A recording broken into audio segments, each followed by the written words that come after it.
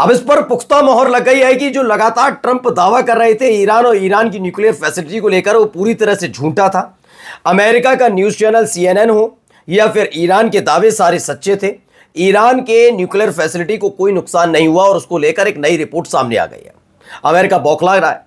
इन सब के बीच Netanyahu America से रवाना हो गए, जहां पर यह किया जा रहा था कि हमास के साथ कैसे कहां कुछ होना है। उसके बाद नेतन्याहू ने एक बयान दिया।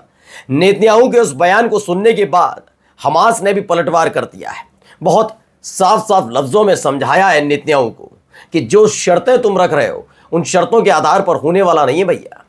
इसके साथ साथ दिखाऊंगा एक महिला जिसने आवाज उठाई कि किस तरीके से इजराइल गजा के अंदर कर रहा है, जो कुछ कर रहा है, नरसंहार कर रहा है, कैसे मार रहा है लोगों को। उसके खिलाफ डोनाल्ड ट्रंप ने सारी हदें पार कर दी, लेकिन अब अपने ही देश में कैसे डोनाल्ड ट्रंप घिर गए वो भी दिखाऊंगा। नमस्कार, मैं हूं प्रज्वल गौतम और आप देख रहे हैं the live TV.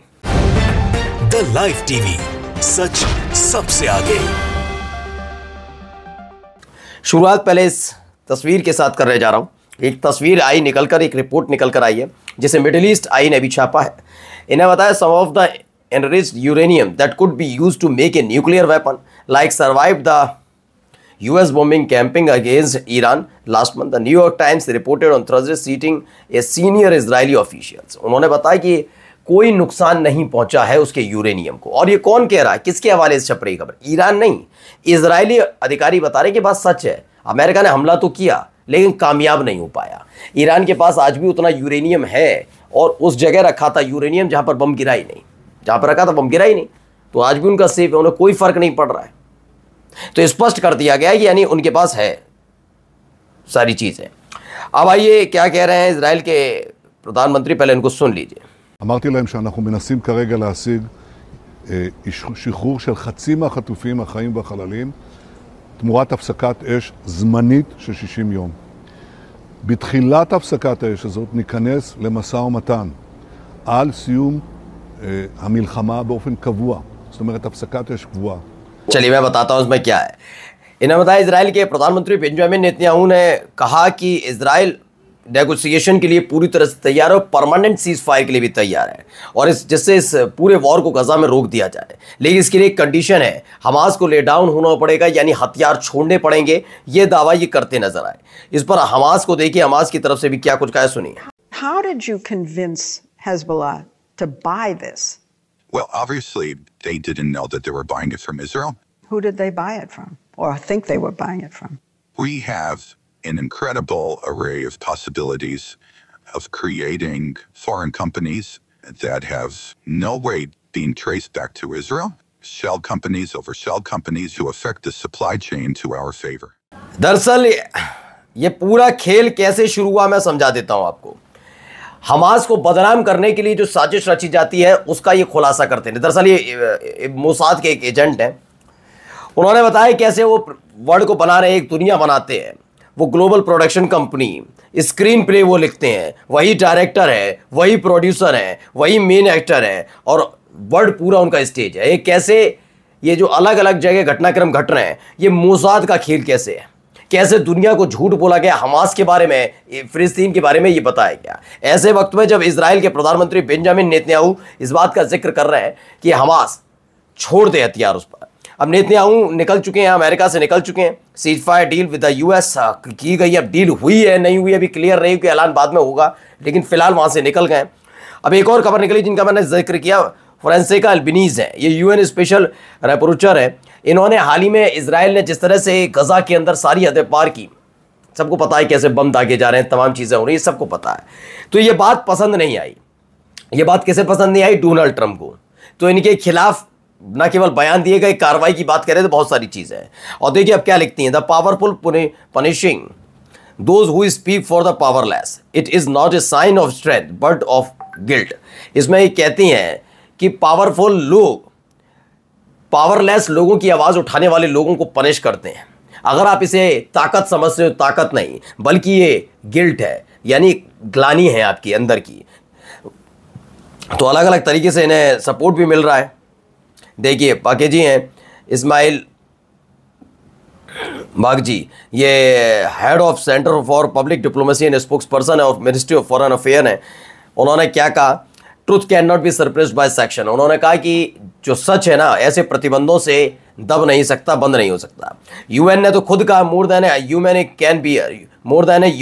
Can bear Israel's systematic use of sexual, reproductive and other form of gender based violence since अक्टूबर 2023।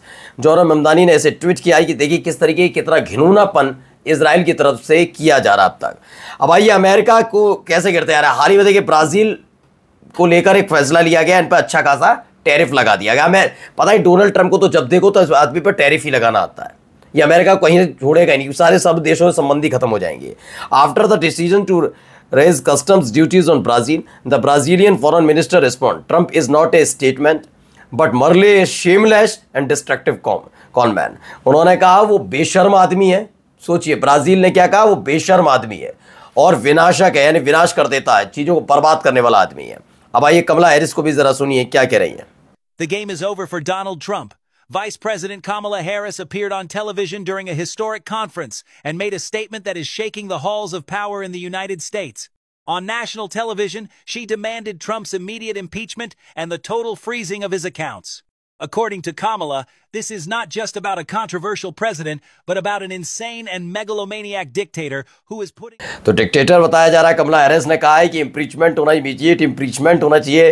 ये बहुत बड़ी बात है उनके खिलाफ। यानी अभी सोच कर चलिए कि अगर चीज़ें खुलती हैं और जैसे दावे किए जा रहे हैं कमला हैरिस की तरफ से, तो अमेरिका में वाकई ये भी इतिहास रच देंगे। इतिहास रचने का बहुत शौक है इन्हें भी, इतिहास रच दिया जाएगा। चलिए, so Grok how now jump to expose Israeli lobby muscles in US. ये जोहरन ममदानी है, उन्होंने लिखा है कई सारी ऐसी चीज़ निकल कर आई जिसमें इजराइल की और इजराइल से जुड़ी हुई चीज़ों को खोला जा रहा था। ग्रुप को लेकर, ग्रुप के 4 तो और परेशान हो गए, तो ग्रुप 4 को लेकर इजरायली कह रहे थे इसे बैन कर देना चाहिए।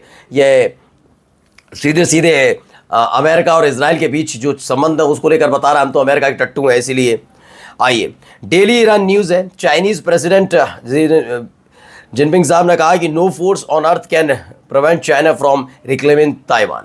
उन्होंने कहा ताइवान पर रिक्लेम करने के लिए, यानी कब्जा करने के लिए, उस पर दावा करने के लिए हमें कोई भी इस देश की, इस दुनिया की कोई भी ताकत नहीं रोक सकती, ऐसा दावा करते हुए नजर आई। उसके बाद है जब अमेरिका भी बीच में धमकी दे रहा था और कह रहा था ताइवान को हम चीज़ें पहुँचाए, सामान पहुँचाएंगे, हथियार पहुँचाएंगे। अब एक खबर और निकल कर आई है सामने, ये एक हथियार रूपी चीज़ आप देख सकते हैं। पहले इसे देखिए।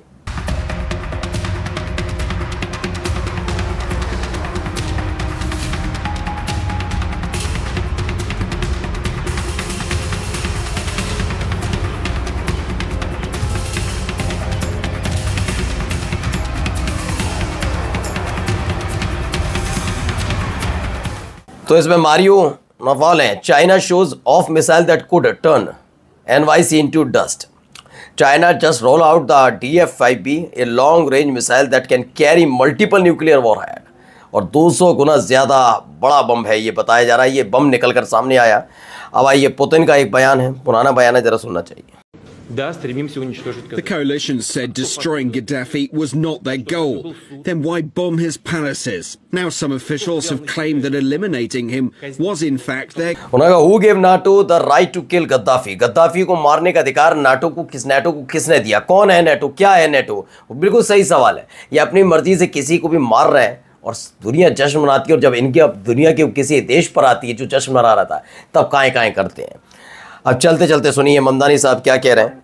As a Muslim, I think it's important to commemorate the courage shown by Imam Hussein alayhi salam in standing up to oppression on Ashura. And this is something that hundreds of millions of Muslims across the world commemorate. And it's something that continues to inspire so many in that same fight against oppression today. It's a constant reminder that to stand up for justice, to stand up for that which is right, often means doing... सही बात है, बिल्कुल। ये मिलता है इमाम हुसैन से भी, ये सीख मिलती है भाई कि हमेशा नाइंसाफ़ी करने वाले के खिलाफ खड़ा होना चाहिए और हमेशा इंसाफ के साथ खड़ा होना चाहिए। नमस्कार।